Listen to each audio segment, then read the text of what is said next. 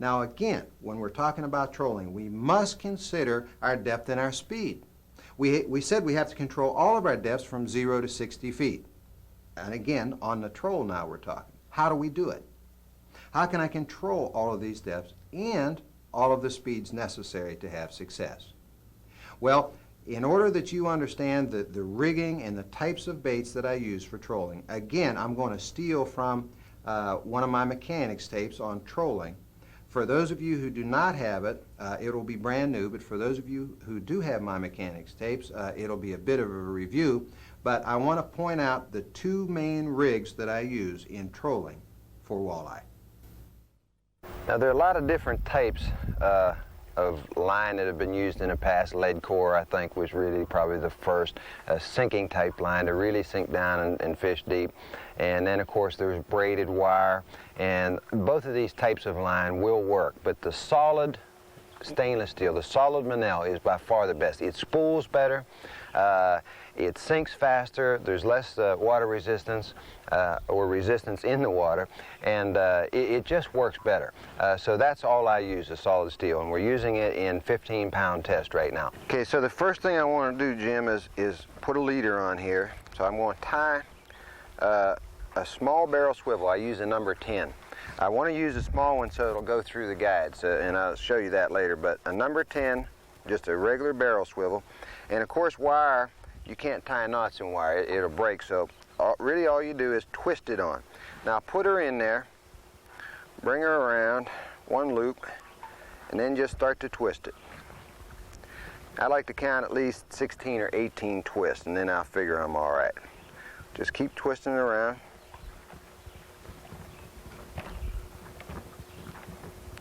And remember, don't ever tie a knot in wire, because it doesn't work. It'll just break on you, and you lose everything. So every time you're making a connection with the wire, it's a twist connection. I have a couple clients that were up last year. They use some kind of surgical tool that's used in the hospitals, and they stick her on there, and they just give it a flip, and the tool runs around, and they tie that up in about 2 seconds. But I haven't gone to that yet, but at any rate, it's twisted on. So we got a barrel swivel with 18 or so twists on one end, and then I'm going to go to a leader. Let me see here.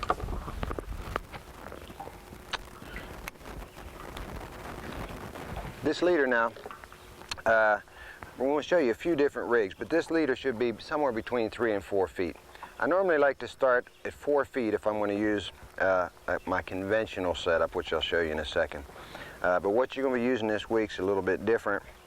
But at any rate, just to follow in order. Now, by the way, I use a clinch knot here.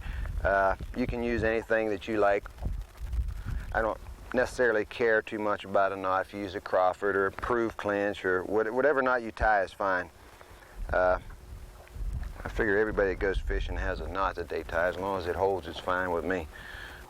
If you don't have a particular one, I like the clinch knot, especially with this leader material. I can go 8 wraps and through once, and it'll hold. So what I've got at the connection now is my wire line twisted about 18 times, number 10 barrel swivel, and then just tie your knot on your leader to the other end of the barrel swivel, and then we come down to the end of this leader now, and we're going to put on a snap.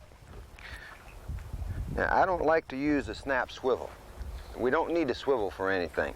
It just is a part of your terminal gear that can break on you, cost you fish and lures. So what I use is just a regular snap without the swivel. And we're going to tie that on here again. I don't particularly care if you what knot you use, just as long as it works. I use the clinch knot. And I'm taking 8 turns on that clinch knot down through. Now as I pull that knot tight, of course we're using monofilament leader, of course, but when I pull that knot down tight, if I just have my hand on that sleeve of the snap, it'll pull off. So the trick I like to do is just go ahead and hook up my lure and then hold on to the lure as I'm pulling it down tight. That way I can't mess up my snap. And then of course just trim off the excess, and you're basically ready to fish with wire. Now, I put on here the first rig that I'm just going to show you. I put on a Buck Perry spoon plug. I really like to use that lure for the bulk of the season as I'm trolling deep. There are other crankbaits that will work. This is the one I prefer because it allows me to control exact depths regardless of the speed I'm traveling. So it is my favorite bait. The series of spoon plugs are my favorite bait for this work. But at any rate, what I've got now is I've got wire line with backing on my reel. I've got 100 yards of wire on here, and I've got a number 10 barrel swivel wrapped on the wire side, and then a monofilament leader tied with whichever knot you prefer, and the leader should be 3 to 4 feet long. And I simply can start fishing at this point, picking the size lure to reach certain depths, and I'll explain more about that later to you when we're actually out fishing. But this is the rig that you will use for the bulk of the season. During the summer months, when I troll, and I've got to get deeper than 25 feet, whether it's a river, lake, reservoir, doesn't matter. If I have to fish deeper than 25 feet to reach the fish, which I do most of the time, to reach the big fish, this is the rig that I will use bulk of the season. Now, there are a couple of other rigs that we use with the wire line to achieve a little different depth and speed control in certain situations. I'm going to show you those. And I'll just show you those while we're sitting here, and I'll show you the way I like to do it is leave this leader set up where I can run a spoon plug or my crankbait, but if I find that presentation is not working because of the speed control, for instance, on the crankbaits, you need a certain speed to the boat to get the lure up and keep it working, and sometimes that's too fast for the fish to take it. Early season like we're working now. But I will rig not knowing which depth and speed or which speed control especially that I'm going to need for a particular fishing day. So I'll rig this way. I can use this setup as I just showed you, or I can just take and unsnap the spoon plug, take a 3-way swivel and snap it on, and I'm going to give you a variation of what is referred to as the old river rig. Now, this is the rig you're going to be using mostly this week because of the speed of the fish. And we're working in current, and this really works fine, and I'll have to rig it since I haven't pre-rigged one up. But the first thing I do is just snap a 3-way swivel now to that snap, and we'll rig up for an earlier season presentation, or what I refer to as the river rig. I guess it was originated years ago by some river rats, and I've heard it referred to as a Wolf River rig, or I guess it all depends on what river you're fishing, and it's referred to as that particular name of the river, and they call it the river rig. So I just put this river rig set up together with wire line and use it in conjunction with wire. Put it together about 10 years ago, and it has really caught me an awful lot of fish, especially walleye and northern and muskie early in the season. This is a good early season setup, and what I'm going to doing here is taking a short leader, 16 to 18 inches, and it's a dropper for a weight. And on the end of this, you don't have to do this, but I like to tie a snap for my weight, and I got a weight here somewhere. I'll just hook it on, make it easier to tie as I did with the lure a minute ago. Here again, don't care what kind of knot you're tying as long as it holds. I'm using a clinch again.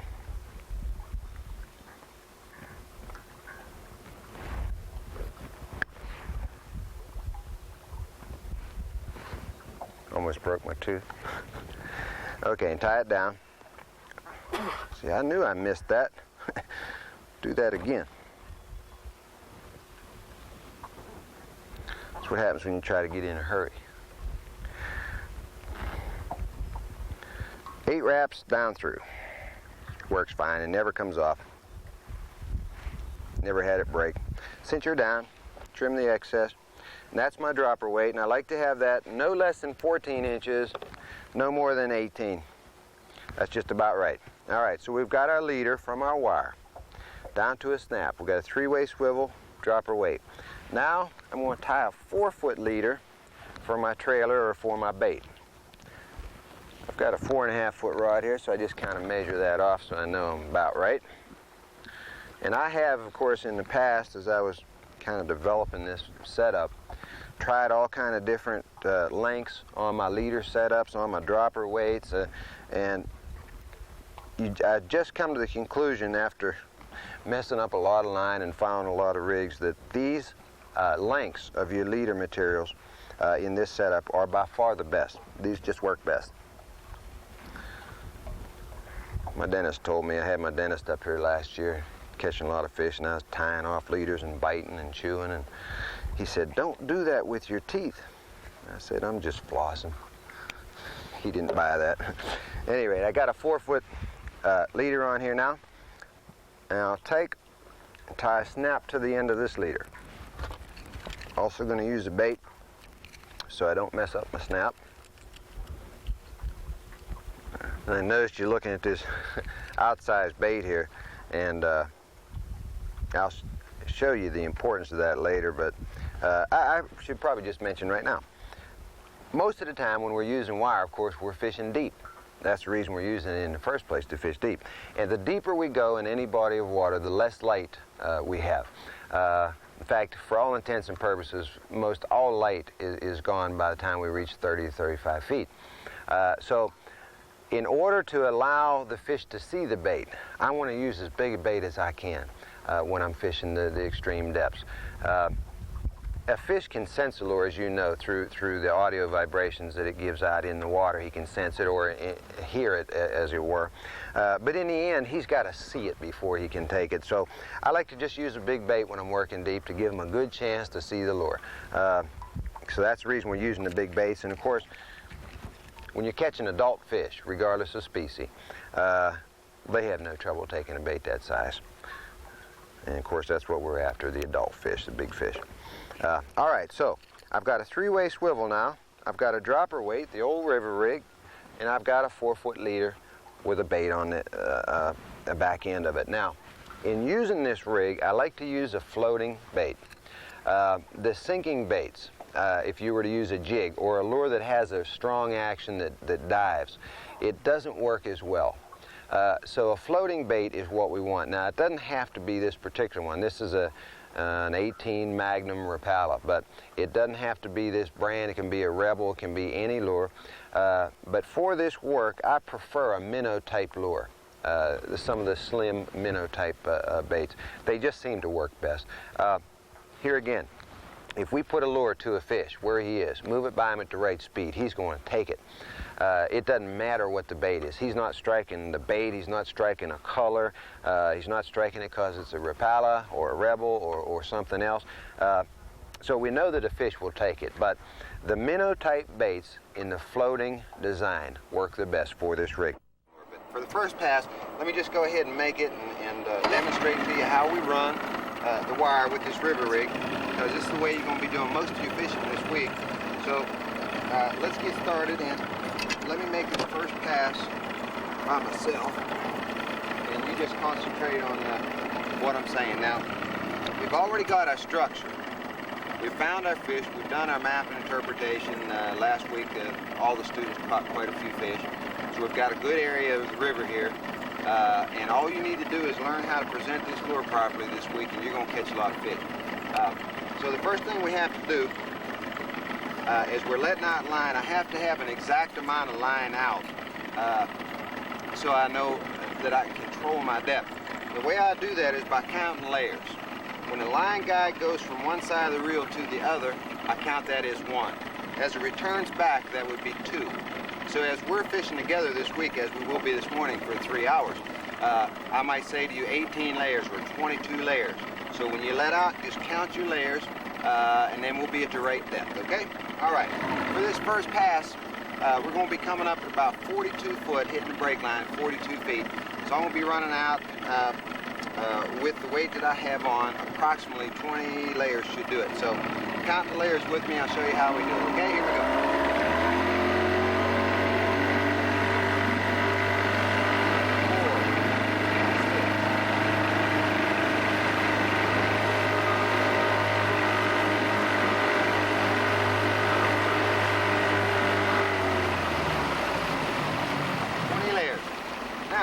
once I get the lure out to the designed amount of line length that we want, I want to slow the boat down, so I go ahead and slip the boat back up into neutral.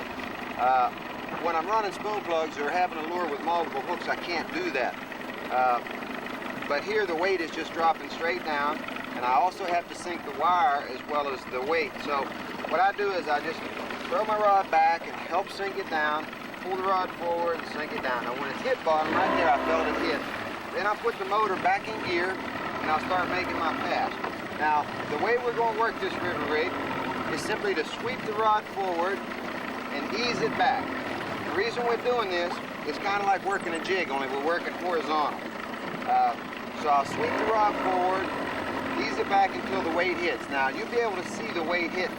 And right now I can tell I've got a little too much line out because the weight hit too soon. Ideally what I want is to reach back all the way with the rod and then have it hit, like right there, the weight hit. Now that's perfect. Okay, Jim, as you can see, you sweep forward. If you watch the rod tip when I ease it back, there I hit way at the end. You sweep it forward, come back. See that rod tip stop? It just stopped. See it stop right there? There you know you're on the bottom. Now this is how I work the river rig. What it's doing, Jim, if you can just think about for a minute. We're moving the boat forward, we're covering our structure, but every time I release that rod back, I'm creating a zero or next to zero speed control. The bait almost comes to a standstill as far as moving from point A to point B, but the lure, being a floating lure, continues to work in this current. So I've got a bait working, but at a zero speed control, but I'm still covering my structure. We're running straight up the river, and we're covering our brake line, and we're creating a very slow speed control at the same time. Sweep it forward, ease it back, and that's where they strike the lure. See it hit him? No problem. You can not only feel it, but you can see it. You just see that rod tip stop, and that's what you need. I'm busy talking. Where's that thing get a hook in? Sean here, boy. Here, you reel that rascal in. What do you mean? That felt like a good fish. Adjust the boat a little bit here for you.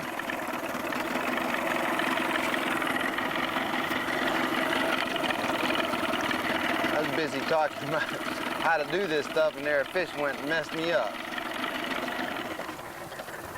Now listen, what I don't like to do, especially if I think it's a good fish, I don't like pumping rod too much. I like to just bring him steady. If the fish wants to go, you let him go. And the closer he gets in, lower your rod, because a good fish is going to take you and run at the boat. Now, see right there. So I want my rod tip a little bit lower right there. So if he wants to take drag, he can. Move around here a little bit. Mess up here. What you got there, Jim? No, keep him over here, will you? Turn the boat.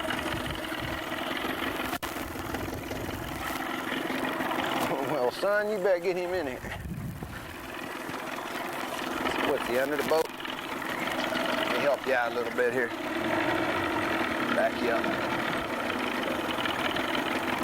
You want to need the net here or what? Oh, it's a good one. Reel in close and then just lift up. All right. That a boy, Jim. Community fish. What a fish. We're supposed to be training here, not catching fish.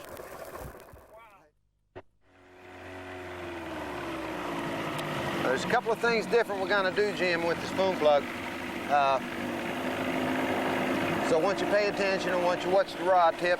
And as I said, this is the rig you'll be using most of the year, a crankbait with your wire as opposed to the river rig. So same way, we're going to count some layers, and right now we're going to take about 20 layers to get this down.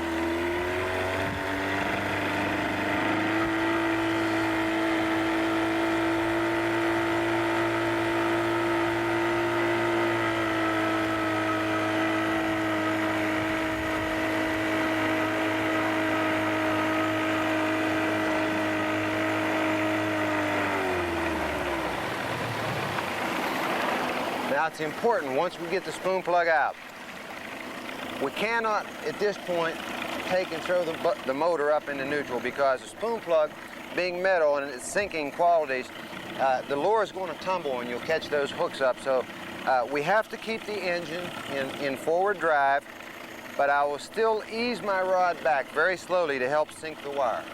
But at the same time, I got to keep moving forward, otherwise my lure is going to tumble. But I have to sink it down there. I've got to get it on the bottom before I can adjust my line lengths and get it just perfect. So we have to go as slow as the motor will go.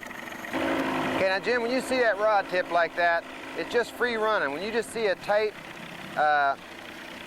wiggle like that on your rod tip, it's free running, but there all of a sudden it hit. It hit bottom. Now, did you see the difference there? Now we're bumping bottom, but the rod tip, that uneven and you see that movement, that's hitting bottom. Now I'm bumping at 45 feet. But all we do with it, with the crank type bait, as I'm using, is just hold the rod steady and continue to make my forward trolling pass. So at times I'll be using the spoon plug. At other times I'll be using the river rig. And the hand rule would be this. In the colder season, in the extreme depths, the river rig will be what is called for. For the bulk of the season, when I'm trolling deep structure, I'm using a spoon plug. If I had to break it down to a percentage, I'd probably say that about 90% of the time while trolling for walleye, I'm using the spoon plug. The other 10% of the time, I'm using the river rig. So as we conclude our overall discussion, let's just say one more time. Catching big walleyes, like catching any other fish, is not all that tough. But you do have to have an organized approach. You have to know what it is you're trying to accomplish on the water. And when we're talking about walleye, we first have to get a good general map. We have to find those fish seasonally. That's our beginning. Secondly, we must get a good detail map of those structures in that area of a lake or river or reservoir, so that we'll establish all of the breaks and the break lines, and we'll know exactly where we need to put our lures to catch fish.